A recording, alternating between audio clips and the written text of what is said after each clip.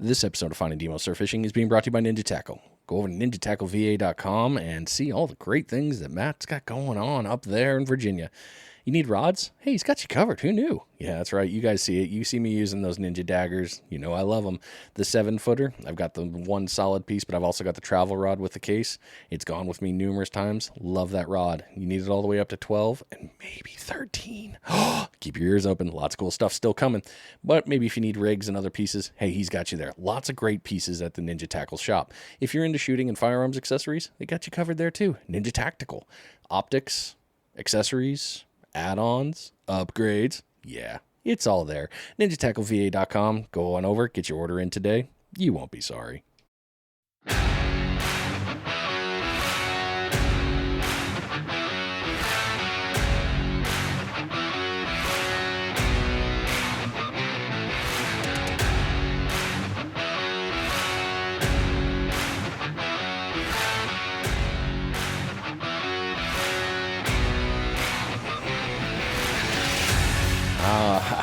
Yes, it is so good to be here in your ears.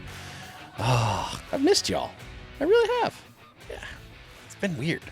This week we are jumping on the old digital plane and we are heading out west again. That's right. We're going back to Cali and we're sticking in SoCal. For those of you who know me for a long time, I do have a special place in my heart for SoCal. I spent a long time there in the Marines and enjoying myself. Yeah, it was pretty good. And we're just going a little bit north of that, actually. We're heading up into the Orange County, just south of LA area here, and we're going to be talking with American Sea Fishing. If you haven't taken a look at it on the website, it's lots of good stuff. It's all hyperlinked back here on the page, but you got AmericanSeaFishing.com. On Facebook and Instagram, American Sea Fishing. Easy to find, lots of cool stuff. Ben's got some really cool things, and I don't want to steal his thunder with it, because I know I will. You guys know me. I like to talk. That's why I have a podcast. So lots of cool things in there. We will get into them into the show. And man, I'm just excited for that. So without flapping my jibs for too long, welcome to the show, Ben, man. Glad to have you here. Hey, thanks for having me on, Brian. It's a pleasure and an honor to be on your podcast, man. I'm a fan. So good to meet you. It's funny how this worked out because you were out fishing with Courtney from Fish Bites, and I was, of course, stalking my good friend, like, hey, what you doing out in Cali? I need you to go get me a carne asada burrito because you're a good friend, and then while you're there, I need you to stop at a couple other places and get some other food for me because I can't have it. And then she told me she was fishing with you. I'm like, ooh, can I talk to him? She's like, yeah, he knows who you are. I was like, what? He does? It's like the whole weird loop for me. And I was like, yes, I definitely want to get him on this show. So I'm very, very thankful and fortunate to have you on, man. Really, I do mean that. Oh, no, the pleasure's mine. It's really great. And lovely to connect with someone from the other side of the coast as well. You know, a few thousand miles between us, but there's a lot of similarities in kind of the things we do and the kind of outlook we have. So it's really great to connect with a like-minded angler, I think. Yeah. And that's one thing I love about this podcast too. And I've realized that after doing this for, I'm coming up on 2 years here, is fishing is fishing. But there are so many similarities to how you fish, where you fish, what you use, how you do it. It's just minor differences for different fish, and it can all come back together. Yeah, there's definitely some big themes which are consistent through wherever you are in the world. I think I was listening to another podcast recently about a striper fishing guy, a very well-known striper fishing guy up in the northeast on the east coast, and the similarities, even though we're fishing in completely different water on the other side of the continent, really, for completely different fish, the things he was describing about the tides and so on, which work for him, and the things he's found out, were so similar to the things here. Even though we're completely different fisheries, that similarity is universal. So there's certain universal things in surf fishing, inshore, saltwater game that I think are very, very consistent wherever you are in the world, which is kind of interesting, isn't it? It is. I mean, that's one thing I love about it is, I can pick up from here in Florida, fly out to Cali, and I can probably figure out half of it. But in reality, I mean, if I come out there, I'm calling you and a couple other like, hey, let's go fishing. Show me how to do this. But yeah, I mean, and hell, it's the same thing over in Europe. I had a great conversation with, oh my goodness, I've had two different ones. But Nick started out, he's in Texas. Nick started out in Europe. And he was just like, Nick Mayer. Yep. And he was just like, yeah, I mean, you start like this, you can still use the exact same tips and tricks over there that you can use here. It's just different, this little nuances. And it was so cool and refreshing to know that we can do that in this game. Yeah, it's fun, especially when like Nick and myself, you come from the kind of English British surf fishing game.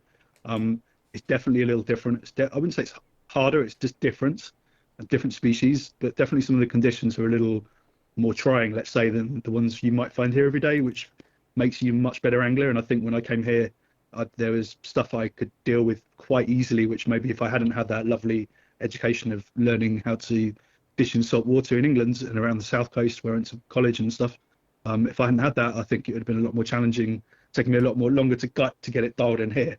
So yeah, I think Nick does really well with his big surf species there, and his company is Breakaway. I'm a fan of that as well. I use lots of their products. So yeah, like, really interesting. He has that experience as well. Yep. And very, very good surf angler though. Well, you've already kind of dialed us into the first question here. You've dialed us back into the younger years, like you're talking about college. So let's back it up. Tell us your story and what got you into fishing. Well, I think it really started for me when I was probably 9, 10 years old. My parents are a big sailing family. My whole family's been sailing for decades and decades, and so water's always been a big part of my family. And I really remember very clearly when I was 8, 9 years old and around that kind of age, being taken sailing on our family boat and looking down at the water and seeing some fish and thinking, well, that looks kind of interesting. I'm kind of a little bit more interested in what's under the water than what's above the water. Although this is very lovely, I love sailing still. I was, beginning to think, well, what's underneath there? And then some of my friends started fishing around the same time, and they were catching like trout and stuff. And so I got into that a little bit. My first fish was a rainbow trout, stocked rainbow trout, as I'm sure it was for lots of people, on a fly though. So that's a little something extra. So and that sort of started really that whole process of thinking, well, this is really interesting. So there's like 10-year-old me catching trout, and gradually working my way through the food chain, not necessarily up the food chain at this point. But where I grew up in Cambridge, England, we had a beautiful river running through the city centre, the River Cam, and I get on my bike, or my parents would drop me down there, or come and sit by the river with me, and we catch little what probably you'd call like shiners or little sucker fish here, chub and roach and dace and things like that, and little perch, a yellow perch with a very similar thing, European perch. So that sort of started me off. That's me 10, 11, 12 years old. Then you find out that the local river has northern pike in it, which leads you up to the first rung in the food chain. And this, again, fairly consistent theme throughout my fishing life of working my way up that food chain. And again, my first nice predatory fish. And you probably laugh at the photo because I look literally 10 or 11 years old. I've caught this little northern pike on a plug.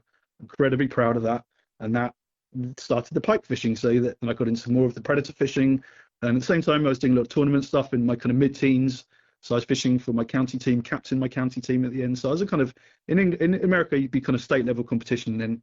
So I worked my way up there. I did pretty well in the national stuff, and working out the predatory food chain as well. Catching some really nice northern pike, a lot of big perch and stuff like that, big chub.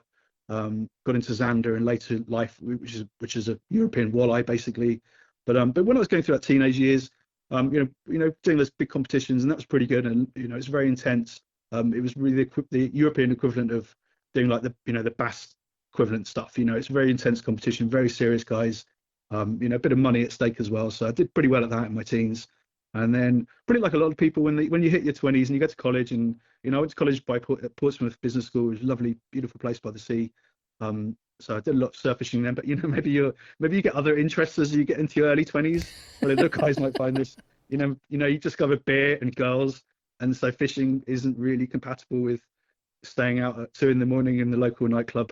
So the fishing for my college years was very much in the surf fishing field, but it wasn't quite as intense. It would be go out between lectures, or when I had a couple of morning spare or something.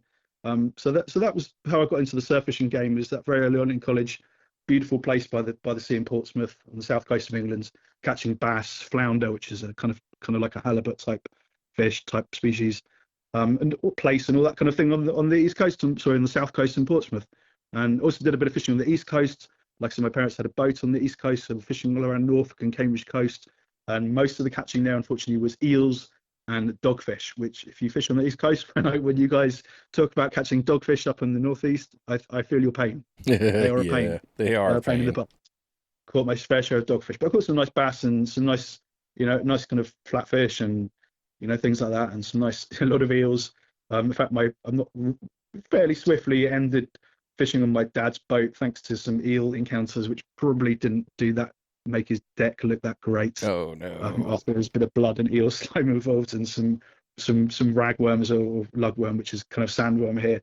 So that was me in my sort of into 20s, and got into my 20s. I started working as a journalist and did quite a bit of work in the publishing field and PR, and got to go to some really cool places. Got to travel around to places like Iceland. So saltwater fishing in Iceland is phenomenal. You know, it's like how many 20-pound cod do you want to catch a day? It's that good. And Faroe Islands is another place I fish. So Norway, all around France, Germany, all places like that. So really had a wonderful education in my 20s of being able to travel and do slightly less intense fishing. But as I sort of ended my 20s, I began to get more into that kind of mindset of very focused fishing, very focused on maybe more of the trophy type stuff. So got back into more of the predatory fishing in northern pike type things, big zander as well, big perch, all that kind of thing. Mainly freshwater at this stage. At this stage, I'm living in London, so I'm doing a lot of freshwater fishing around the Thames and places like that. And then, so at the time I was living and working in London, working as a journalist, working in PR, kind of marketing type fields, and doing a lot of traveling. So I was fishing places like Iceland, which is just phenomenal saltwater fishing, giant cod, ling, and so on, and fishing the Faroe Islands as well, which is another phenomenal fishery, really, really untouched by a lot of the commercial guys, or relatively untouched, and just, a fish a drop. So it's like if you imagine, if you go rock fishing on the West Coast and you go to those wonderful untouched deep water marks that they've opened up this year, and you just catch big fish after big fish. That's what it's like up there. So wonderful education in terms of fishing deep water, big fish. So I did that in my 20s, and then ended up working for a series of fishing magazines, Angling Times, Angler's Mail in England. So at that time, still printing physical magazines, which is which I absolutely love. I love just picking up a bit of, a really good fishing magazine and, really good instructional bits and pieces. And I love that. I think that's a dying thing, sadly. But I had a sort of a really nice career in that fishing magazine world of photographing lots of features, writing lots of articles and, how-to articles about everything from freshwater, very light line freshwater stuff up to, the heavier saltwater stuff. And I was having a really, really fun time, taken to a lot of really fun places, met the who's who of English and European fishing. And then that kind of led me into catfish guiding in Spain, which I did for a while, which was really fun, guiding for these giant European Wels catfish. You're fishing for triple figure, 100-pound plus fish off the shore using big live bait. So that was a really great education in targeting live fish from a shoreline, which comes into play later in my career. So that was really wonderful. And then set up And so around that time, I met my lovely wife, and my wife lives in Huntington Beach, California at the time. We met on a surf trip in England, and I just went down the pub to meet some friends, and she was there as well. And one thing led to another, and we hit it off, and then we started dating. And she was obviously living in America. I was living in England, working quite happily and not really expecting any great life changes. And she said to me, well, why don't you come and visit me? I live by the beach in Huntington Beach in Southern California. And obviously, as well as being very keen on her, this sounded like a fantastic way to spend a few weeks. So I was like, done. I've done. I'll see you shortly. So I came out here when we were dating, and I found this just phenomenal fishery right on my doorstep of this beautiful sandy beaches full of things like surf perch, corbina, leopard sharks. And so very early on, I took a whole load of fishing gear over with me when I came over, and I left it here and did not really use much of the freshwater stuff, but ended up using all of the saltwater stuff multiple times a day sometimes, because we just live so close to the beach. It's so easy just to walk down. In fact, before we started recording this podcast, I just walked down for a fish for an hour, and that's just a wonderful thing to be able to do. So I dated my wife, fishing a lot over here, and we obviously then got married. I moved over here permanently and immediately set up my guiding business. As soon as I was able to legally start a business and work over here, got my green card, started my guiding business, started my tackle business shortly after, and it's been about 5 years in now. So, and that's been it really. And I'm now currently running American Sea Fishing as a guiding and outfitting business in Huntington Beach, Orange County, and we're doing multiple surf fish trips every week, selling lots of tackle and helping lots of people catch fish. And so that's where I am right now. Really, just end result is exactly where I would have dreamed I would be 5 years ago, which is really great. Dude, that's coming full circle, though. I mean, that's so cool. You started out with everything from over in Europe. You've learned so much, different countries, different pieces, whole different fisheries. I mean, that's a lot of coastline. You look at a map, for everyone looking, yeah, there's some distance there. So that's a Yeah. whole lot of different type of water too. I mean, especially around Spain and France. Were you in the Atlantic side or up in the Channel, or were you down in the Med side? In Spain, I was inland, so I was fishing on the River Ebro for Okay. the Wales catfish, which is the big predatory kind of big long thing that looks like a head with a giant tail attached. They're pretty fun. And then a lot of my fishing in France, as well as fishing on the south coast, sort of southwest coast, around the kind of Biarritz area, a little further inland as well. Did a lot of the kind of freshwater stuff there, and then ended up as well doing a lot of carp fishing in England. So I'm sure a lot of people who are listening to this will know that carp fishing in Europe is extremely big. It's kind of like bass fishing in America, that Yeah. same level of kind of hype and money and professionalism. So that's why I used to go to France a lot, is to do a lot of the big carp fishing, because they just grow bigger and hungrier over in France, where it's a little bit warmer and they got better water, more conducive to growing giant kind of, 40, 50, 60, 70, 80 pound plus carp, Whew. which was a big draw to us English people. If you fish for 20 pound carp your whole life and you can go over the channel and catch a 50 pounder, well, that's kind of a fun thing. Yeah, I can see that one for sure. All right, so you've already answered a couple of the other questions here as we've been going. So I'm just going to ask a couple different, and then we'll start getting into the knowledge pieces here. What is your favorite thing about fishing? I think the satisfaction of working stuff out. I think that's a huge factor. Being facing challenges like I did when I came over here and thinking, okay, well, how do I catch a surf perch? Great. That's how you catch one. How do I catch 20 in a day? Great. I've got 20 in a day. How do I now catch 20 for clients in a day? And just working those things out, working out those puzzles. So I think fishing is largely a series of quite complicated puzzles that you have to piece together. Sometimes the pieces change. Sometimes the pieces are missing altogether. It's up to you to work it all out. So that's probably the thing I get most out of it, is that satisfaction of working things out, and also just a fantastic kind of just a real buzz. I just love fishing. I love being out there. I love being in the sunshine, like this morning, messing around in the shore break, grab a couple of sand crabs, try and catch a corbina. It's all down to you. It's all down to your effort, your skill, your perseverance, whether you catch that fish or not. Nice. I think that's a great thing to be able to do. Yeah, you made a great point there with figuring it out. That's 3/4 of this game is figuring it out. So Yeah. that works out well. Well, now that you've been here for like you said, 5 years now, everything's going on that, but you've had a whole lifetime of fishing so far. What has been your favorite fish to target? Oh, goodness. Okay. Well, I think my favorite right now, fish to target right now, is either a corbina or a spotfin croaker. Now, corbina, people are listening who don't know the West Coast surf species, probably more familiar with it as a croaker species. So if you have an East Coast whiting, it's not dissimilar. And they're kind of like if a whiting had babies with a bonefish. That's kind of how they behave. They kind of love that shallow water. They're really fast moving. They're fairly picky about what they eat. But they will come in, swim around super shallow water. You can sight fish for them. They love that skinny kind of surf zone. And I think they're really fun. It's really good fishing for them right now. Catching multiple decent sized ones every day, in the kind of 15 to 20 inch category, which is a really fun fight on light gear in the surf. So that's probably my current favorite. My all-time favorite fish, which I think is maybe something you might want to touch on later on, is possibly an arapaima, which is something I caught on the Amazon in Colombia, South America. So that's probably the most spectacular fish I've seen or caught. But here, definitely corbina. I think another one of my really favourite species on the West Coast is the leopard sharks. We're extremely lucky in Orange County. We have probably one of the best leopard shark fisheries in the world, and they congregate here in large numbers in the summer, which is about right now. And I think they're one of the most fascinating shark species. They tend to live in this ridiculous surf zone. You look at where I fish for them, and you just think, man, you're never going to catch one in like 4 foot of foaming white water, but you do, and they love that zone. And if you fish 200 yards further out, probably never going to catch one. You fish right in that churny zone, just behind the white water, and my best day for those is 10 over 50 inches in a day. So, and I think a 50-inch leopard shark on the West Coast is one of the most spectacularly beautiful, and almost like a piece of art.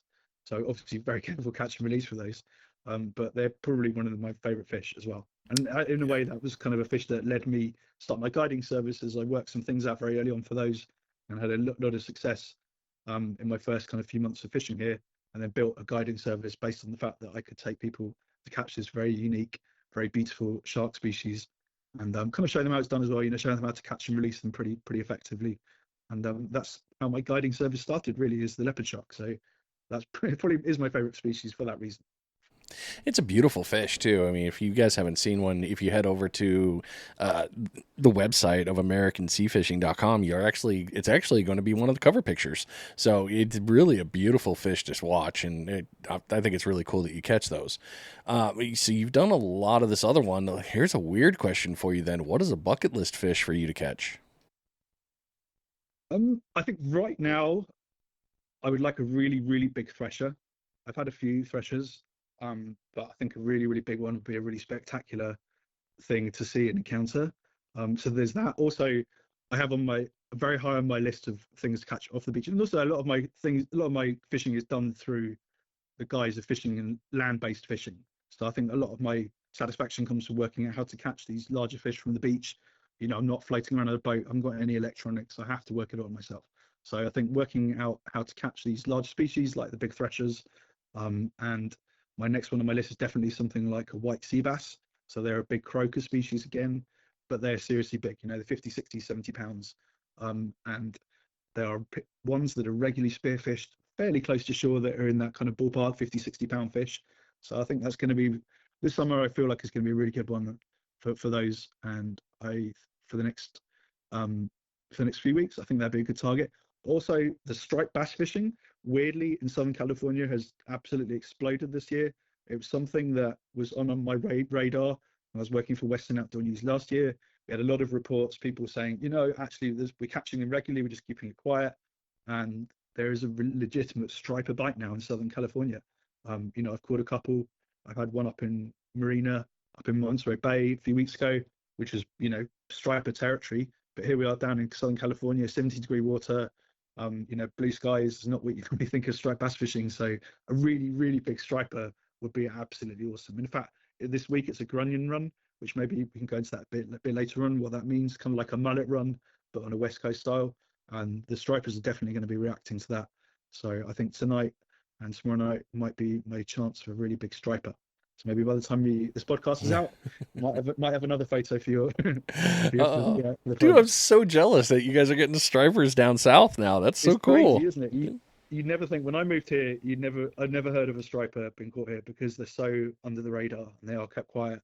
But it's become more and more obvious that there are quite a few around, and there's definitely some spots as well and some techniques. But it's kind of a weird thing to be stood on a beach at, you know, midnight, casting a giant plug into the surf here. Yeah. It doesn't feel right at all. But you need to be like Montauk or something for that. Yeah, you would think. Yeah, that I think it's really great. And then, you know, like you said, the water temperature, and there's been some cool changes for the movement. So, yeah, the Grunion run, I can get everything you were talking about right there. I'm just smiling thinking about it. I'm like, yeah, you're gonna have some good runs. All right, so let me ask you this last question in this category, and then we'll move right into the knowledge pieces here. What has been your favorite fishing memory?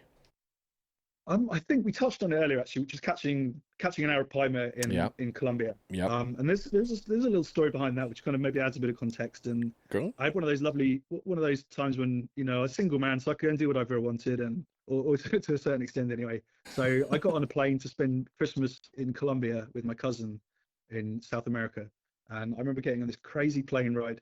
It was on this clearly ex-military Russian airline with a giant kind of interior, the sort of thing they'd use to transport tanks, but they just shoved a few seats in it. So that was one of the legs of the flight. Involved like 3 planes to get down to this tiny little village. Involved an epic ride in a very old Land Rover, which kept on overheating. Landslides, military checkpoints, which weren't necessarily the official military ones. A lot of people waving guns around, but pretty safe anyway.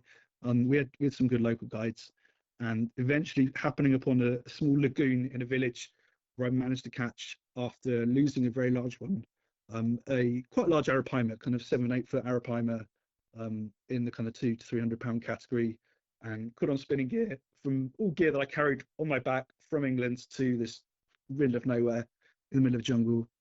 And that was probably my favourite fishing memory. In a way, that's kind of where it all started to go wrong a little bit. sort of, oh, this catching giant fish off the land is really, really fun, especially if it's in a hot place and it's kind of interesting. So that's kind of sparked a few thought processes, which maybe led to the catfish guiding, which maybe led to maybe more of the sharky stuff here. So that's probably my favorite fishing memory, is catching, stuff like that, giant arapaima, beautiful ancient predatory fish, on relatively modest gear, in a very, very cool place. And traveling with it. So that's like a triple win right there. Yeah, definitely traveling. Definitely traveling with a backpack and a bunch of rods and nothing else. Like no hire car or anything. So You know, well, that's been great. So let's go ahead. I mean, actually, it's been 25 minutes. This is the perfect time. We're just going to transition right into the education right after we rock into the old bait check, because you need to check your bait, people. You need to.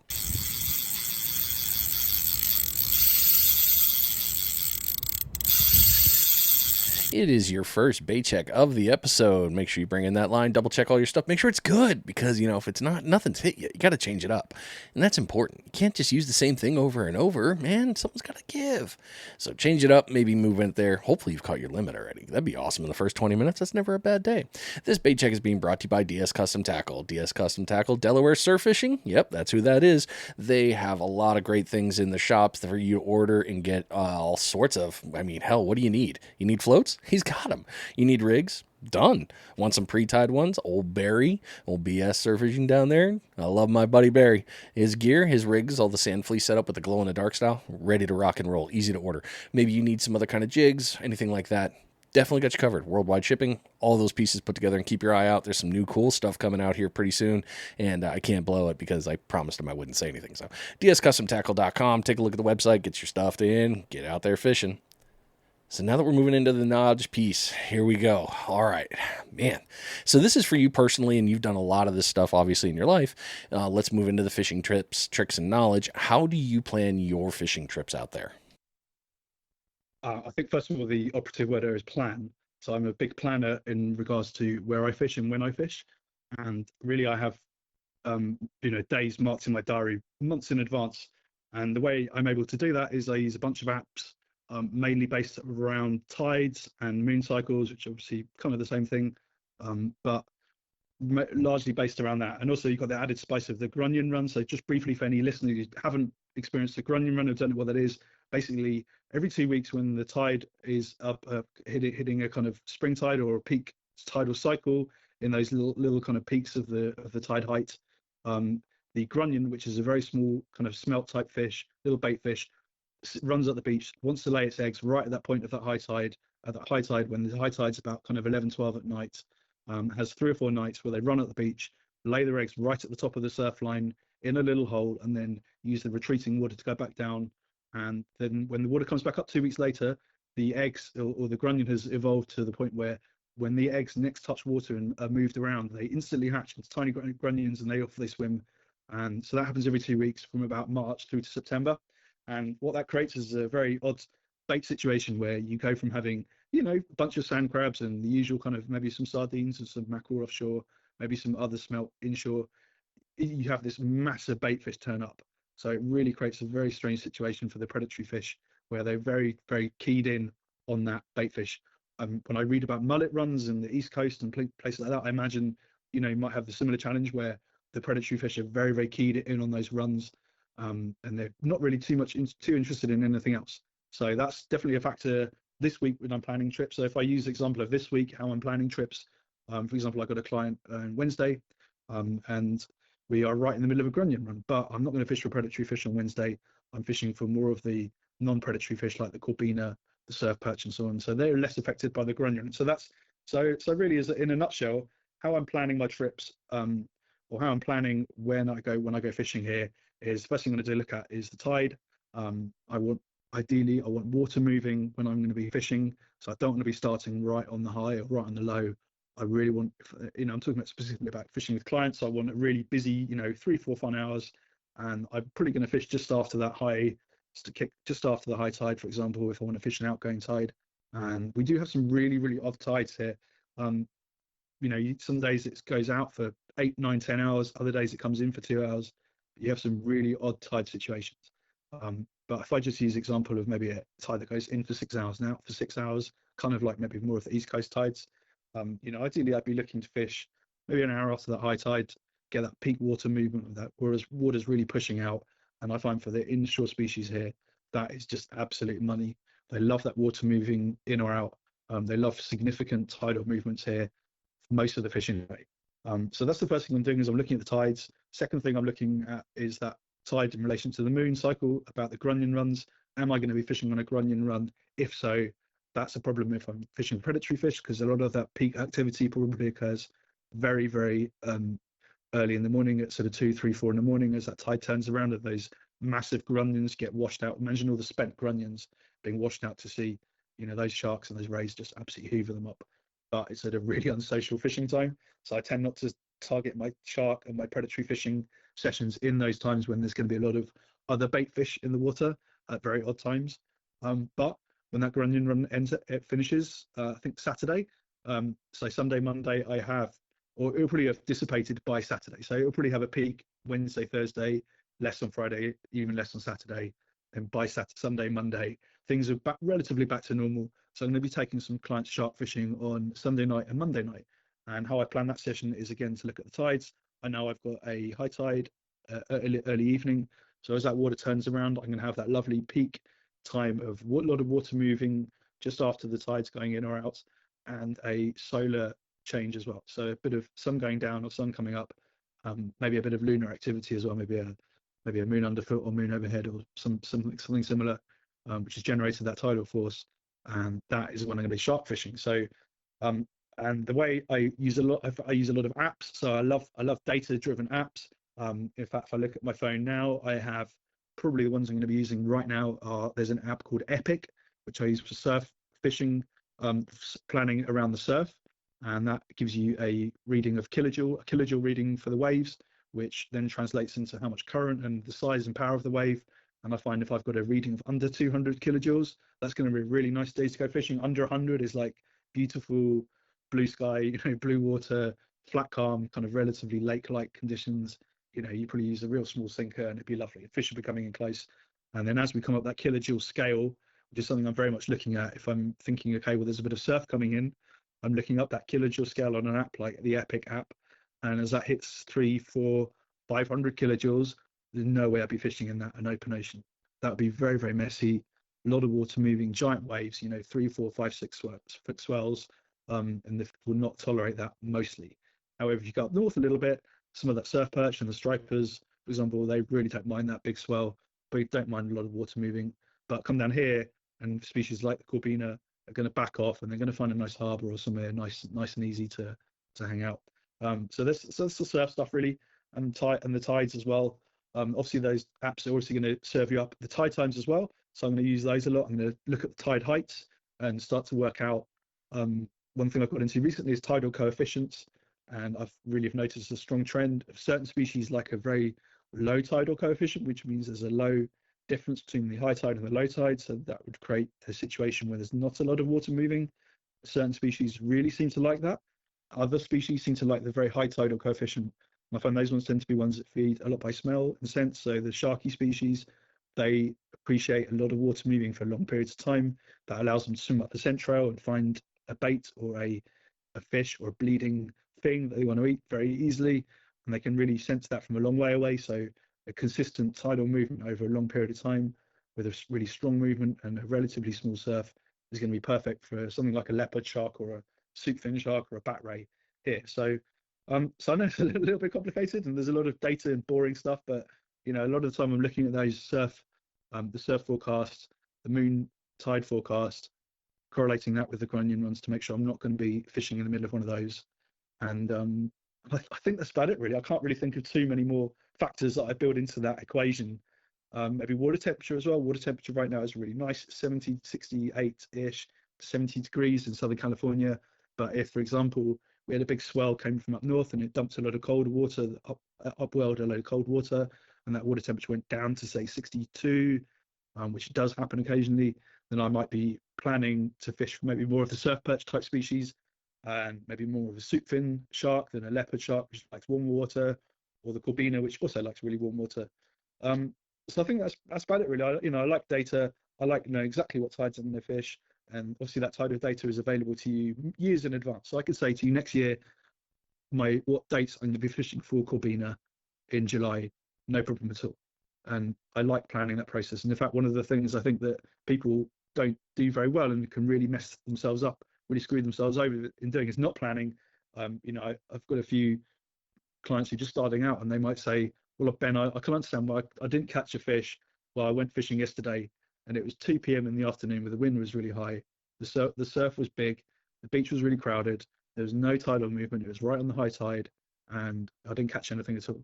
And all of this information was readily available to you several days in advance. So you could have known about this, and you could have maybe said, well, instead of fishing at 2 in the afternoon, I'm going to fish at 5 in the afternoon, 6 in the afternoon, as that tide turns around, and I know there's going to be water moving then. So that's the sort of process I go through of when I'm taking bookings or trying to target specific dates for species. So I'm looking at all that data and using the kind of experience I've gained and correlating those two things for what is going to be the best day to go fishing. Man, I mean, you have just given a ton of great information, but there's two I really wanted to bring up, and one of them is kilojoules. Granted, I look at the map on the day, or I look at the surf, and I'm like, all right, what's the height?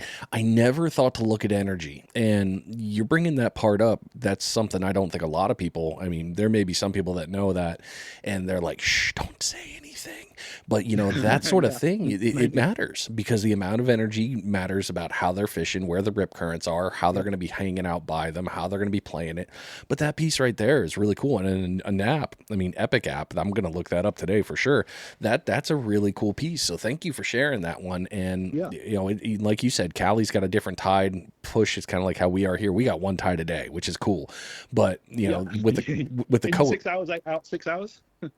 No, in 12 out 12. We only get one tide here in the Gulf of Mexico, which is really, really bizarre. And it messes up some of our friends that come in from out of town. They're like, well, when's high tide? We're like, it doesn't matter. Like, no, it totally matters. It doesn't matter. Trust us. Look at the coefficient. And that's the one I wanted to say next, is the coefficient of the water movement, how it moves, where it's moving.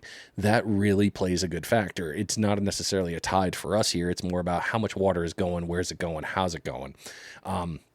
And that's huge. That's another great piece for people to look at when they really want, because you're right. Data is key. And we have so much technology in this little device that we hold in our hands while we're doing poop reading. I mean, there's so much knowledge that's right there at your fingertips. It's just a matter of knowing what piece of knowledge to use. And the fact that you are planning 6 months out, knowing, okay, I know where I'm going to be with this, this, and this. And then you're doing the shorter of like, okay, I'm coming up on the day. I know what I need to look for now for these. That's huge. And all that plays together. So thank you for putting that all out there. That was really, really phenomenal knowledge and really, really helpful. So just a bit more on that kilojoule thing, actually, because I think there's some more stuff there which I'm very happy to share. Yeah, go for it. So really on my scale, I've got a kind of mental scale on that kilojoule rating of West Coast surf fishing, and at the moment, or just last week, right, it was under 100 kilojoules, and that was beautiful. It was like flat calm, beautiful calm conditions, loads of Corbina, loads and loads of sand crabs, like thick beds of both. So that was great. This today is kind of 200 kilojoules. And it's definitely noticeable the current is more significant. How that kilojoule rating plays out into real world fishing, I often find it is the waves will be roughly the same size. Okay, so like difference between like a 1 foot wave and a 2 foot wave, there's not going to be a huge amount of surf moving. But if that's a 2 foot wave with 200 kilojoules of power as opposed to a 2 foot wave with 1 foot 100 kilojoules of power, that's quite a different scenario. And there was definitely this morning, there's a lot more current. I was bouncing that sinker down. I was 3/4 ounce the sinker this morning. That thing was bouncing down the current, no problem at all. I was still getting bit, still getting bites, no problem at all. But it was kind of borderline. If maybe a ounce sinker would have been a little bit more suitable if I'd been guiding this morning. So that's kind of 200, 300 kilojoules. When it starts to get to that 400, 500, 600 kilojoules, when I've been fishing up in the northern bits of California, kind of like a Monterey Bay, for example, 400 or 500 kilojoules up there looks kind of mean and nasty, but it's pretty standard because there's such a high energy coastline that it's just how it is most of the time. And the fish have obviously evolved to feed in that conditions. The sand crabs seem bigger, presumably because it's easier if you're a big sand crab to dig and swim and do what you need to do in heavy surf conditions. So that's a little heads up on what kilojoules you should be looking for. And also Surfline website, I noticed has recently introduced a kilojoule rating, which doesn't really seem to be too good, but consistently the Epic kilojoule rating of a local spot is the most consistent thing I find in terms of telling me exactly what I'm going to be fishing in front of when I arrive at the beach. That's really good stuff. Perfect put. So now we've knocked into the fishing, your planning piece, and you've given all these ones. Now it comes into the real fun part, because a lot of people have this problem when they start talking about it, is how do you select your spot you're going to fish?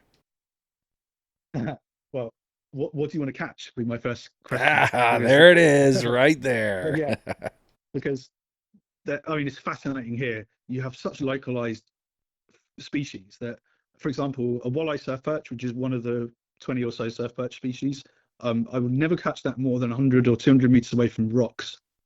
If I'm more than 200 meters away, I would literally never catch one. If I'm next to some rocks, probably every 2, 3, 4 surf perch will be a walleye surf perch.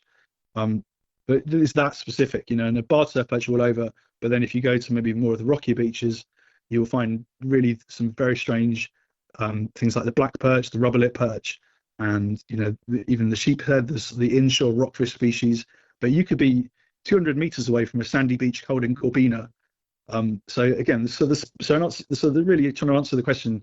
The spot is very definite on depending on what you want to catch, and knowing what environment that's fish, or more precisely what bait that fish is trying to eat, where that bait lives and what that bait does, will probably lead you to finding the right spot.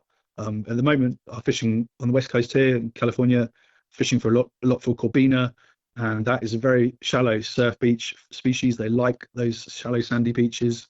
They like swimming up in kind of 2 foot of water, eating as many sand crabs or sand fleas as they can get their mouth around, and then just backing off as that water backs off, and just repeat the process until presumably they've eaten so much they just have to go and, I don't know, have a little quiet time somewhere. Because I've been catching ones that are so fat, it's completely insane. They've probably doubled in weight. I was catching really skinny ones in kind of May, April time that, were like roughly weigh 1.5 pounds, and the same fish now probably weighs over 2 pounds. It's absolutely stuffed with sand crabs. So I get a bit of knowledge about what you're trying to target and relate that to where you can actually fish, because a lot of marine protected areas in California, a lot of areas that are a little harder to find. So knowing your spots and getting a kind of repertoire of spots, and actually this might go back to a session planning thing where you say, what's your favorite spot to go fishing? Well, I want the one that's going to work best on that tide and those conditions. So I have spots that I would target. If it's very large surf, I might want to fish in one of those more enclosed areas. So if you think of surf fishing in LA and Orange County, you've got, for example, Long Beach, which has a lot of kind of water, kind of stony jetties, which create a much calmer inshore kind of surf zone. Or you might go half a mile the other way and fish a completely open beach, like something like a Sunset, Balsa, Huntington, Newport, which if the surf hits it, it's just going to hit it, and that's nothing to stop it. So having some various spots that work on different surf heights, because obviously we do have some significant swell heights here occasionally, and that can be a big factor. So really, I don't want to fudge it and without not give any specific information, but it really is what do you want to catch, because they've all got their own things they want to do. They've all got their own kind of bait things they want to eat, and their own behaviors and their own parameters of things they're happy to feed in. So understanding that leads you to then know what spot to fish in. Brilliant. Absolutely brilliant. And for those of you that are, I know because my brain's doing this, my brain's in constant analyze and think mode. So like that whole piece of knowing the area and getting to know the zones, there's so many different species that you can target there at any given point in time. You just nailed it. If I'm going to fire after this, I got to go for that. There's always a give and take. You have to know these ones. And had you not, listened to something like this, you may never have known that. But I mean, that piece right there, the knowledge piece that you have gained over this time and you're sharing with us is key. And it's going to help somebody catch some really great fish that maybe they've been struggling and they didn't realize that. So knowledge is going to get you through. And so that's great stuff. We've been going for, 45 some. So we're due. So it's time for another bait check.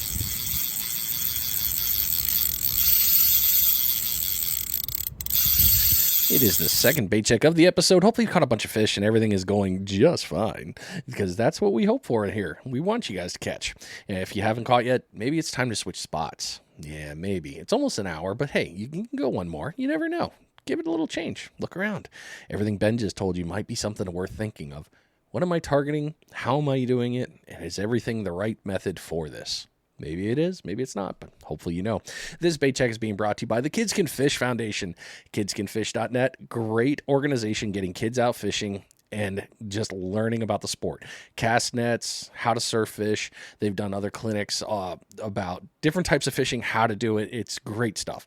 All the donations that they get from you and us out here, it goes back into these camps. It helps some kid learn about fishing.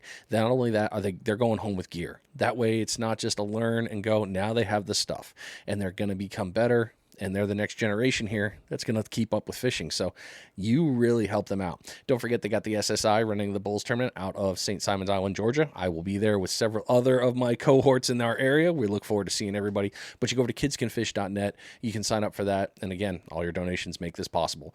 More tackle boxes, less X boxes. It is good stuff. So we've talked about these pieces. And now you've kind of... I won't say kind of, you did. You've nailed so many things about talking about spots. So you've already nailed tides and moon phases, but let's talk about this because I know that you guys do it a little bit different out on the West Coast. You're not just set rig fishing. There's different types out there. You're throwing lures, you're throwing plugs, you're throwing different ones. So let's talk about that when it comes to the fishing piece. What type of bait are you using for types of species and what is your primary push? Well, if I think about what we're fishing for right now, is a good place to start. So the main bait, the main surf fishing bait right now is sand crabs, sand fleas, and I think it looks like your sand fleas in Florida are pretty, or on the East Coast, not sorry, where you are, pretty big, aren't they? They look a little chunkier than the they can be. I mean, I prefer the olive size personally. I mean, you can grab the monsters, but I like the olive size one. To me, has been. That's an all catcher. So, I mean, whiting, pompano, reds, red drum, black drum, hell, they'll all eat the sand flea. It doesn't matter, but the smaller ones, like if you were specifically targeting pompano, I'd say go with an olive size sand flea. If you were trying to catch a permit, the monster one, and you just wanted only the bigs, I'd say, hey, throw a big one. But yeah, I mean, sizes are a little different. You guys we're pretty relatively close from what I remember seeing on the couple of pictures. Yeah, okay. Interesting. But I mean, that's probably the first bait is we use most of the year round when we can find them, which is from about April, May through to about Christmas time, is the sand crabs. And very specifically, and this year I've really dialed into using more of the soft shell sand crabs. And I really will trawl through a lot of sand crabs, 40, 50, hundreds, whatever it takes to get a handful of the soft shell hook bait sand crabs. And for the Corbina, for the last few weeks, that has been the absolute money bait. And maybe or listeners who aren't quite familiar with the soft shell sand crab, it is this crab that's going through the molting stage. So the crab gets bigger, like a snake sheds its skin, it sheds its shell and grows a little bigger. And when they're shedding their skin, they have this kind of off color. It's like a translucent kind of almost sandy color. So when you see a normal sand crab, it's kind of like whites and browns and grays, and it's quite hard. And when it's shedding its skin, they feel a little rubbery. They're a little less mobile, so often you'll find them trying to dig and not really being very successful because their digging spike is made of rubber now, as opposed to made of presumably bone. And so that's been the money bait for me for this year. This year there's been a soft shell sand crab, very specifically one medium-sized soft shell sand crab. Like you said, an olive-sized one is about right. Even smaller, I'm happy to use anything around fingernail size. But using one of those with two tiny hard shell sand crabs sandwiched either side of it, so it's like a soft shell sand crab burger with a better size 8 hook with just one tiny hard shell crab, the soft shell, and then one more tiny hard shell, and that keeps the soft shell crab on there. But you get all the visual enticement. Presumably they're triggered by the slightly different color. Maybe there's a different scent as well. Somehow they know that that's a soft shell sand crab, and that's going to be a very easy meal. And that's just been the money bait for everything. We've got everything on those on the West Coast here. But I've got everything from bonefish to leopard sharks to bat rays to what did I catch? I caught a Spanish mackerel on a sand crab the other day for a client. And also all the normal surf perch, all the croaker, they absolutely love sand crabs. So if you get your head around catching sand crabs, getting a good amount of those, not of course breaking the rather silly 50 sand crab possession rule that they've introduced, which seems a little problematic for some people. But anyway, but if you get a handful of soft shell ones, keep them in your top pocket, use those as hook baits. That's going to be the best surf fishing bait you can use in the summer in California for everything. Everything wants to eat those, including halibut. Weirdly, I've got quite a few big halibut and bouncing decent sized sand crabs, soft shell sand crabs around. So they definitely like those as well. And working way up the food chain a little bit, in terms of croaker, we've just hit peak croaker season. And for this, I love this because it makes my life very easy, because the fish bites, which I'm sure you guys are familiar with, you use a lot over there, that really kicks into gear around now. So I can now hit the beach. All I need to take for bait wise is a scoop to catch sand crabs and a bag of fish bites. Specifically, the three flavors we use here, or the three scents, are the sand flea, the easy sand flea, the bloodworm, the bag of worms, and the easy clam. Those are the three which are absolutely brilliant baits here. And you can just turn up to a beach, get a double dropper loop, circle hook rig, chuck it out with a 2-ounce wide surf sinker on there. And on both dropper loops, all you can have is one soft shell sand crab, if possible, or a hard shell, size of your thumbnail, and about a similar size but of fish bites. Even if the sand crab gets plucked off by one of the little tiny perch that's absolutely teeming on the beach here, you're still going to have that fish bites. And I think most of the time it's the fish bites that gets the bite. The croaker, particularly the yellowfin croaker and spotfin, they love that, the visual aspect of that, of the sand flea one in particular. That's probably my favorite one, is the sand flea. So for croaker, that works really well. And working up food chain a little bit further, get to the sharky stuff, and the best shark bait undoubtedly is fresh mackerel. So you can go and catch fresh mackerel off the pier pretty easily here. Any of the piers have them in the summer, and you probably would need 10 to 20 fresh mackerel to have a really good day, because you're going to have to deal with a lot of stingrays, a lot of baby rays, a lot of smaller kind of critters who are interested in that as well. And that's just the money bait for leopard sharks, superfin sharks, thresh sharks. Also we have the smoothhound sharks, we have the big shovel-nosed guitarfish. So things like that, I absolutely love the fresh bait.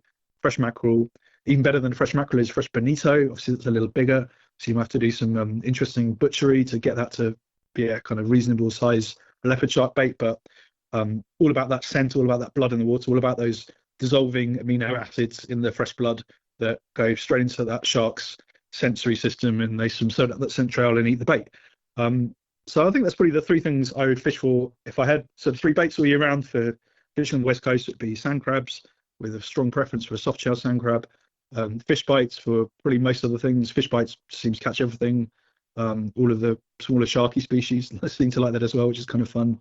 In fact, I noticed our friend Courtney from Fish Bites, when she was on our west coast trip here a few weeks ago, she was using the squid flavor, the ready cut squid chunks for the rockfish, which is kind of interesting because you're fishing in 3, 4, 5, 600 feet of water for those deep water fish, and normally you're using squid and you come back the squid juice all over your hands. It's kind of disgusting. She was catching them on the ready cut squid strips, so that's really interesting. It's clearly a bait that has some potential here. So in summary, those are the three baits I'm using all the time: is the crabs, the fish bites, the fresh mackerel. If you to add to that as well, I might also say that the sandworms, so those kind of fresh sandworms from the tackle shop, the ones with the legs and the teeth, they're called like 5 different things here. They're called pileworms, sandworms, lugworms, bloodworms, whatever. They're the ones with legs and teeth. And if those are really good, but you've got to cut it into relatively small chunks, because otherwise you'll just miss every single bite and you get the worm torn off the hook. So little 1 to 2 inch chunks work really well for that. In fact, that's my favorite thing. Fishing with kids, surf fishing with kids here. If I just want to catch like 20 surf perch, a little 1 inch chunks of sandworm on a size 8 hook on a Carolina rig chucked into the shore break will catch them as many perch as they want to catch. Beyond that, also ghost shrimp as well. So we have the fresh ghost shrimp is available here in most tackle shops, and you can pump them as well. And that's a really, really good big Corbina bait. So a very specific big West Coast Corbina bait, big really good spot fin bait as well. And I think that's about it. I think a lot of people tend to use, or mistakes bait wise people make here is they tend to use frozen bait. So a lot of frozen mackerel and squid, and that's really not the optimal thing. Frozen squid is kind of okay, but it's kind of messy, it's expensive, it's hard to keep frozen, and once that whole lot's defrosted and it's like soggy mush in the bottom of your bag, I think its usefulness has largely gone by then. If you refreeze it, I don't think that's a great bait.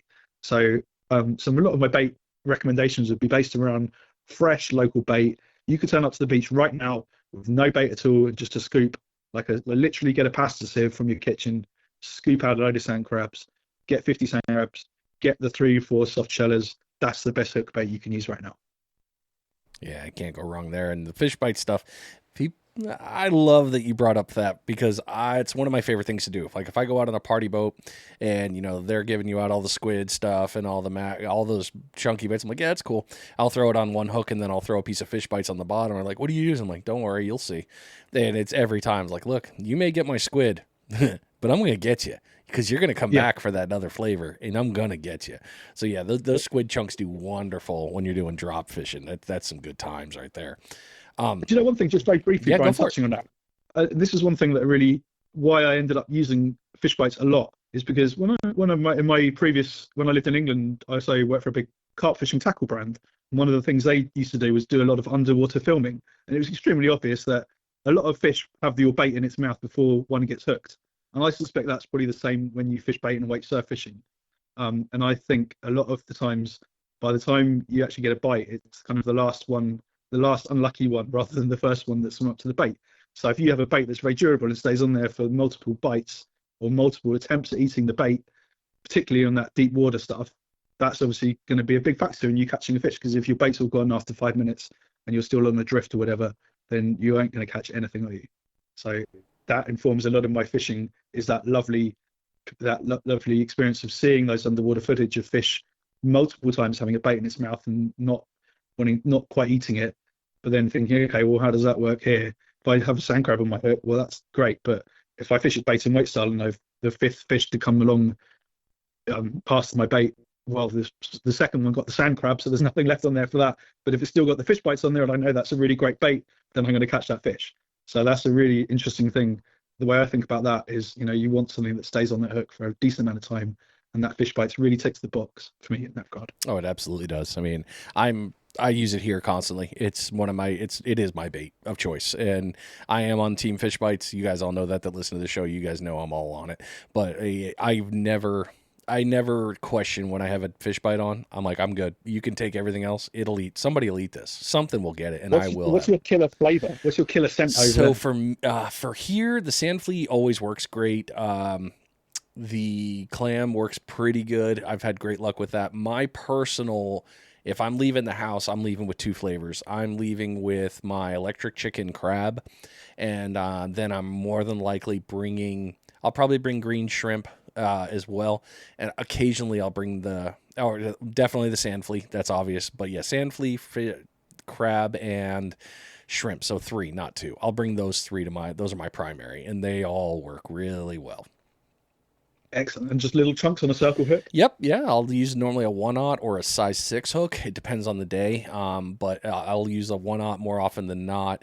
And then I'll put on a thumbnail size cut. I normally cut mine into diamonds. It's just something I saw once and I was like, hey, well, that looks cool. I'll make a shape. I like giving mine little legs. Yeah. Oh yeah. I've heard about that. Yeah. You do a little tail cut. I've heard great things about that one. You can really design them to do just about anything, and they're durable. They will hold on and hold on and hold on. And, until the point where all you've got left is mesh. And it's like, all right, cool. Then you just pop and go. Cause I've done, good Lord, I've had days where a piece of fish bites will last me, I don't know, 10, 15 fish, and then I have to change it. They've already slurped it off or something like that. And then there's other days where something happened. I got in touch with a bunch of little peckers that nail at it, and then it's gone in 15 minutes. Either way, I love that I have it on a double because it's double the scent in the water. So you can get one, but I'm still eking scent out, and I'm bringing something closer in to go, hey, what is that? Oh, I want to eat that. And that's one thing I love about fish bites is that it's just going to eke it out. It's the same thing with like their Fight Club system for their inshore stuff. I love that because I can throw it out. I'm leaking that scent in the water as I'm retrieving the lure. Throw it back out, different patterns. Hey, I'm still leaking scent. Scent is so important, and I can't emphasize that enough to people, and I keep telling them, like, yeah, presentation's one thing, scent is another. The quality of your scent as well. If your scent is coming from some junky sliced frozen piece of squid that you've had in the bottom of your freezer for the last year and you just wheeled out because you decided to go fishing that day, that's really not too good for much. Whereas I think of whenever we use bonito, which I think is probably one of the ultimate surf fishing baits for the sharks, the interest that bonito gets is completely insane. Like everything wants to eat it. All of the rays, almost like rats in a cage with a bit of cheese, they're just like bang on it. Everything wants to eat it. So it's crazy how difference, the reaction of the fish to the different scent trails. Because you might think, okay, well, it's a fish just wants to eat everything that it can get its mouth around. And I don't think that's the case at all. I think that they can be selective, and they react to really good, fresh amino acids dissolved in the water in the form of blood and whatever fish bait it is, or squid juice. But it has to be fresh or very, very recently properly frozen, like blast frozen. Yeah, and I think a lot of fish are kind of like humans too in the same one. And I know this, if somebody's gonna be like, "No, you're wrong," but that's okay. I can be wrong. I'm okay with that. But in the same one, some fish are gonna smell stuff and be like us, like, "Oh, hell no, I want nothing to do with that. Don't get away from everything that's around that." Scent makes a difference, and if there is no scent, they're still not gonna like, "What is this? That I don't want that. There's nothing there." Only certain ones don't seem to be that fussed. Like definitely the stingrays and the skates here don't seem to be incredibly fast. You could use some really junky frozen stuff and still catch decent amount of skates and rays. But if I think to the leopard sharks as being a really great education in that, when we first started fishing for the leopard sharks using squid, great. Maybe if you're really lucky, maybe one every other session, and then we switched that around to fresh mackerel with a bigger fresh bait, and it changed that to 4 or 5 in a session as opposed to one every other session. Right. And that's the difference. That was the difference. The only difference was the quality and the size of the bait that we used. Makes sense. Definitely does. Well, now we've been talking about that one, so let's do into these last couple of questions in this one, and then we'll start getting into your tackle shop and guiding business here. What do you do if you're going to go fish in a brand new place that you've never been before? First thing to do is go ask somebody who knows more than me about that spot. I'm not open to being really humble about what I don't know, and I think that's important, because if you rock up somebody like, well, I know exactly how this is going to play out, maybe you do okay, but it's much better to find the local tackle shop. That's probably the best thing. Find the guy in your local tackle shop. I've got a couple of local tackle shops here. When I first came over, they were really helpful, but I'm going to specifically name them Sharkbait. There's a local shop in Huntington Beach. They're amazing. Really, really helpful guys. Always just want to help you catch some fish. So dial into that. Be my first thought is to find the local tackle shop, because obviously it's in their interest for you to catch fish, and they're going to tell you the local spots because they want you to go back.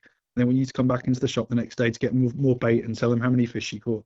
So that, and also you're supporting a local tackle shop as well. So that's another bonus thing. But it's really my first thing. And we did a road trip up to the Central Coast a few weeks ago, up to Marina, and the first thing I did was call the local tackle shop, and they gave me such great advice about what I should be using, and as opposed to just doing what I thought would work down here.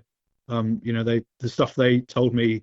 And there was, some minor tactical tweaks which I might have worked out after a day or two, but they told me, and I got a heads up and something, and got a whole bunch of fish much faster than I would have done. So getting into that local knowledge is really important. Obviously, hire a local guide. Slightly biased opinion, but if you're coming to Orange County, give me a shout. I'll happily do the same job for you. As that local tackle shop, or telling you where to go and helping you, being enthused in helping you catch fish. I think there's also some value in like the local social media groups. There's obviously a lot of Facebook groups. There's a lot of ones in California, like West Coast Surf Fishing, California Surf Anglers, and they're okay. But I think some of the stuff on there is a little like I'm not such a huge fan of that social media aspect of people burning a lot of spots, and telling other people where to go fishing and stuff. I think the best thing you can do is just to work it out for yourself. You learn in that process. You will learn so much more. You become such a better angler. Whereas I think some of that becomes quite instant, almost, well, where'd you catch that fish? Great, I'm just going to go down there tomorrow and maybe I'll catch one. But if you've gone through a process of planning and looking at maps and researching your target species, and you're probably going to have a better session because you haven't just jumped on whatever someone else has got done.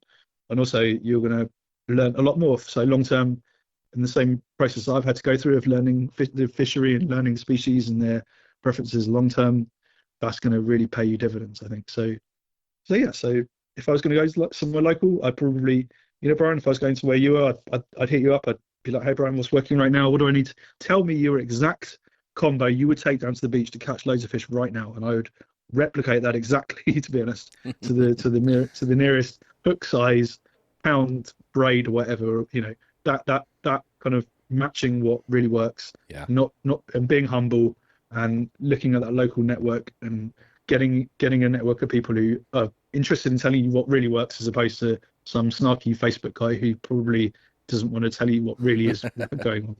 A sad truth right there.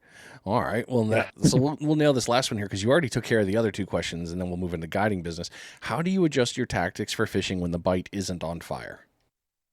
I think I've had some really fun sessions this year, but it's definitely a little patchy early season, which we're just getting out of now. And the one thing I've learned is fish for what's in front of you. Don't try and be too clever. Don't try and break the world record or smash the IGFA line class record every time you go out. Fish for what's in front of you. So early season, I'm definitely using a lot more bloodworm, sandwormy type baits, things with a lot of fresh scent in there. And I'm looking at catching more surf perch when the water temperature is pretty low, and using good quality fresh baits like that might cost me a little bit more money, but I'd happily pay $10 to catch a whole load of fish in a day. And so using those fresh baits that the fish are dialed into, and then as it gets warmer and warmer, as the season progresses, and my species become more into the kind of croaker, sharky kind of territory, I'm using more of like sand crabby type baits and more of the other kind of more fresh baits as the season progresses and we get into easy availability of those baits. Another thing that I use all year round here that works really well is those Berkeley Gulp sandworms. So the famous 2-inch Camo Neris sandworm is the one you want, the Gulp sandworm, and you want to rig that. In fact, the way I've been rigging that the last year or two is to really tear that in half almost. Maybe it's like 2/3 of a bait, so it's like an inch and a half, and just fish that in exactly the same way as you might rig like a little crappie or a panfish bait. Just thread it up a size 1 or 2 hook and fish that as though you're just reeling, trying to catch like a trout or something similar to that, and that's just worked back through the shore break and a short Carolina rig, and that catches seemingly everything. So my winter is more artificial baits, maybe more grubs, more of the Berkeley sandworms, maybe more of the real sandworms for the bait for the perch, and then around kind of springtime, the crabs get busier and the croaker get busier, the fresh mackerel come in and the sharks follow them. So I tend to get dialed into that a little bit. I tend to spend more time in piers catching bait and running around on shore break, scooping out sand crabs in the summer. And winter, it's much more like open a packet of sandworms, off I go. Okay, cool. Well, now that we've nailed all that education piece, let's move into the fun one. But before we do that, let's knock the last bait check out and we can get all the way into the fun questions here.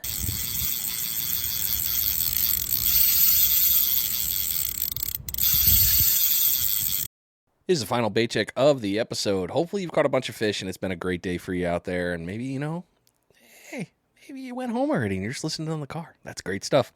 The final bait check is being brought to you by The Sinker Guy. Go over to thesinkerguy.com and look at everything that Chip's got going on in the Sinker Guy garage. There's a lot more things in there than there were last year. Oh, yeah. Lots of things. So you still got plenty of great rigs. The Bruno rig, always catching great fish. We don't talk about Bruno. Maybe you need to get your hands on some terminal tackle, scissors, pliers, a couple things like that. Beads, he's got the Sinker Guy method. Hooks, you got them in there for you. Lots of great things over there. So go over to thesinkerguy.com, take a look at all the good things. Quick shipping, great customer service. Always a good product to be working with right there.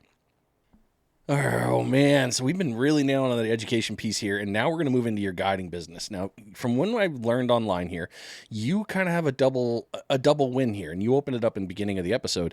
You run a guide charter, but also a tackle shop. All this is all combined online. So let's talk about the guiding piece. What got you to decide, I want to guide? Well, I think it's something that I've always wanted to do from a very early age. Definitely from that kind of early fishing age, I've always really enjoyed taking people fishing and helping a friend catch a fish, for example, or just, enjoying that experience. So that was, as I kind of worked my way through the 20s and 30s, I did a little bit of catfish guiding. I did a little bit of kind of educational freshwater stuff with like fishing clubs when I lived in England. And so I had a little bit of guiding and kind of educational fishing experience. And but when I first came over here and I was first dating my wife, very early on, it was kind of clear that if we were going to make this work, I'd end up living over here. So I very much took a view of, okay, well, I'm going to come over here. We're just dating right now, but ultimately, if this works out between us, I'm going to be living over here. I'm going to need a job. The best job I could possibly think of ever having over here is to be a fishing guide. So my very focus very early on was, how do I make this work as a business? How do I get the knowledge and skills and information I need to make this work as a guiding business eventually when I'm able to start a business here? So I started working down that process of working things out, have a lot of logs, a lot of lists of things and things that work and things that don't.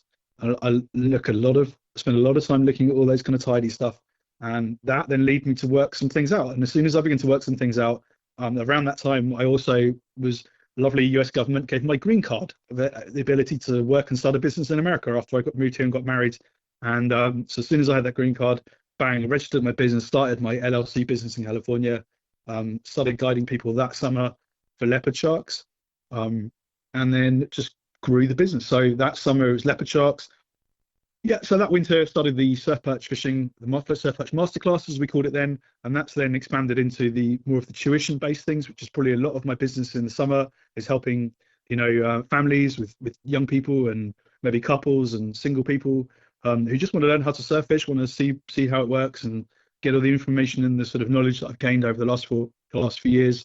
We also produce a kind of info sheet as well, which has been really successful this year, almost like a cheat sheet.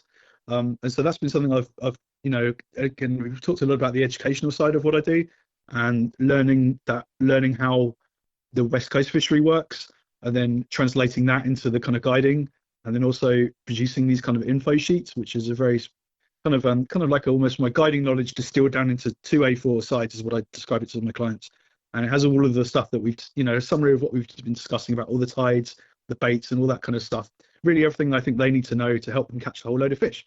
So that's kind of something really successful element of the guiding business. Also the shark fishing is something that we still do as well. The leopard sharks, soup fin sharks, just started to get into guiding for maybe the more thresher type stuff, which is a really interesting proposition. Some of the bigger sharks off the beach are definitely a bit more challenging off the West Coast here, but they're there. They're pretty interesting when you get one. So that's kind of how I got into the guiding stuff here. Is starting off with that lovely process of learning how everything works, but very early on thinking this could be a really cool business for me if I move here. And then I move here and I just carried on really guiding and building that business and helping people catch fish. And really that's how I thought about that business very early on, is how can I help people catch fish? Because if I help them catch a fish, the rest is easy, isn't it? They will, of course, they'll want to book me for a second session, or they'll tell their friends about me, or they'll buy my tackle. So that's it really. So yeah, based on largely the idea of how can I help people have the same really great experience that I had catching lots of fish early on here and being just so stoked and so enthused about getting my first corbina or my first spot fin or my first leopard shark and just being blown away. So that's always in my mind. That little moments where I get those really cool fish and seeing them have the same moment that's kind of what leads me to carry on guiding, really. I just love it. I love that process. Yeah, the tug is the drug, man. It gets you every time. So what comes with going on a trip with you? Well, I try and make it as easy as possible for my clients. So first of all, it's all inclusive. So they don't need to bring any tackle, any bait, anything like that. They can just turn up, and they can just have as much interaction as they want, or as least little interaction. And in terms of the fishing, which specifically what I was talking about, the interaction is you can obviously go surf fishing here and we could cover 5 miles of beach with a pair of light line rods and catch loads of corbina, surf perch, that kind of thing. And it can be a very physical, busy day. You're standing in that shore break all the time. It's a really fun, visceral experience. I have people who after that, they just look at me and go, well, that was a blast. So much going on, so many things that you have to take care of and look at. And, what's the surf doing? Where am I standing? What's that wave doing? What's my bait doing? If I got a bite, there's 20 different things you got to look out for.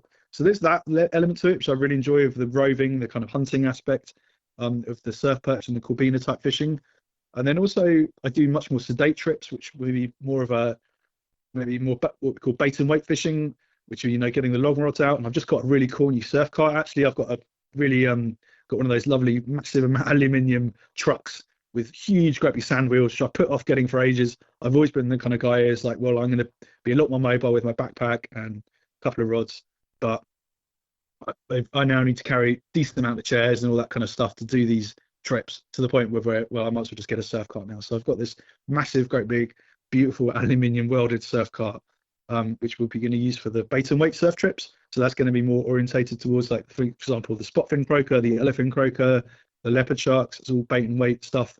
We're using those lovely fresh baits, creating those scent trails and those big outgoing tides, getting out there early in the morning, running, 2, 3, 4 rods, having nice groups of people. I love fishing with families and kind of, groups of friends and so on. So that's another aspect, another kind of type of trip I do. And again, it's all very easy. Most of that involves just hanging out, just sitting down and waiting for one of those rods to start going. Also, the kids love catching sand crab, so often it's a case of the adults are sat there watching the rods, and the kids are off playing with sand crabs, seeing who can get the biggest sand crab or something. So and then the other type of trip I do is obviously the sharky stuff, and that's often more evening orientated. So we're looking for maybe a really big tidal shift right as that sun goes down. I've got some really nice shark trips lined up for next week. I've got one of my lovely regular clients up in Los Angeles, and we're going to be fishing for leopards, soupfin, those kind of sharks off the beach. And we've got, I think, high tides at kind of 6-7 p.m. So as that water turns around and starts pumping out, we're going to be stood on that beach with 2, 3, 4 rods, running fresh baits for the leopard sharks and so on. So that's it really. So I do kind of 3, 4 different types of trip. Obviously very educational based. I try and make it as easy for my clients as possible, but I also allow them to do as much as they want to get involved. They can go right from being this light line surf guy who's just standing in the shore break casting, doing everything themselves, to just sitting back and waiting for me to give them a rod when they've got a decent shark on the end. Your trip sounds fun. I already want to go. It is fun. I'm talking about it. I want to go fishing now. Yep, I understand. Believe me, I totally do. So, what do you? I mean, this one's going to be loaded because you kind of answered it earlier when we were talking there, but we'll ask it again. What do you normally target when you're out on your charters? I normally target whatever I think is going to be most fun. So at the moment, is definitely the Corbina are the busiest fish right now. They're the biggest fish. They're going to smoke a load of drag when they pick up that bait. They're going to be fun. If I think back to maybe my most fun session in the last few weeks, which was last week, with my client who had really done very little fishing, and on his second surf fishing track session. So the first one we had a very tuition orientated surf fishing session, and the second one we just went all out to catch as many fish as possible. And we caught probably one of the biggest Corbina I've guided for, well over 22 inches, which is a really, really nice fish. And that was incredible experience for us because seeing him play that fish on the beach, he was probably on that thing for like 10 minutes on relatively light line, 6-pound line in fairly chunky surf. So this thing's going up and down the beach, behaving like a bonefish, zipping in and out of the surf line. And, we were on that thing. And when we got that fish on the beach, we just had a hug. We just had one of those moments where it was just like, wow, that was a blast. I am so glad we got that on the beach though, because it was just a blast. And those kind of moments are those moments of just like those ecstatic moments of when you got the thing you've really, really, really wanted to get. And maybe it's a really, really cool big one, or maybe it's just a really pretty one. It's like a leopard shark. Maybe it's just a beautifully marked one, or maybe it's just their first 50-inch fish or something like that. Having those highlights, seeing those smiles is definitely something that really, really gets me going in terms of making me want to go fishing. Perfect. How is running a charter different than running your basic normal fishing day?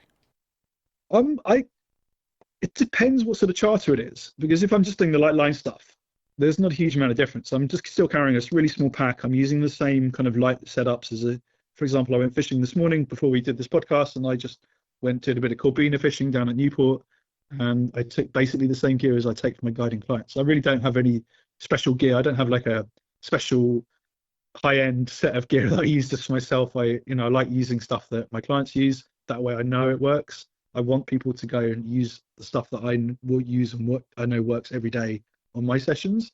And it's not cheap stuff. It's pretty nice, some of it, but it's not, I'm not using like a Van Staal and like a custom, $1,000 combo. We're using $200, $300, $400 combos. And that's pretty indicative of what most of my gear is. Affordable, but nice, affordable stuff. Yeah. I'm going to go ahead and start a fight. I am one that, you don't need the $300, you don't need the $1,000 piece of gear. You just need the gear that works, and that's okay. You just take your time with it, and it will all come together. It always does. So I think the only thing I'd say about that is definitely the reel for the surf fishing game, and specifically about the light line stuff. Because I think when the bait and weight stuff, your reel is generally not anywhere near the sand. It's pretty easy to keep it sand free. Definitely the light line stuff. I want the most sealing technology I can afford in a reel at that for the most I can afford, really, because that really matters when you're running around the beach and I know. So you get a nice corpina and you put your reel on the ground to unhook it. And the next wave comes along and fills it in full of sand. Well, that's a problem. So that's happened a few times. So I like a little nicer high end reel for maybe for the light line stuff, but weirdly for the bait and weight stuff, for the heavier stuff, $200 surf reel is going to be just fine. Yeah, makes sense right there. All right, so what is the area that you service for your charters?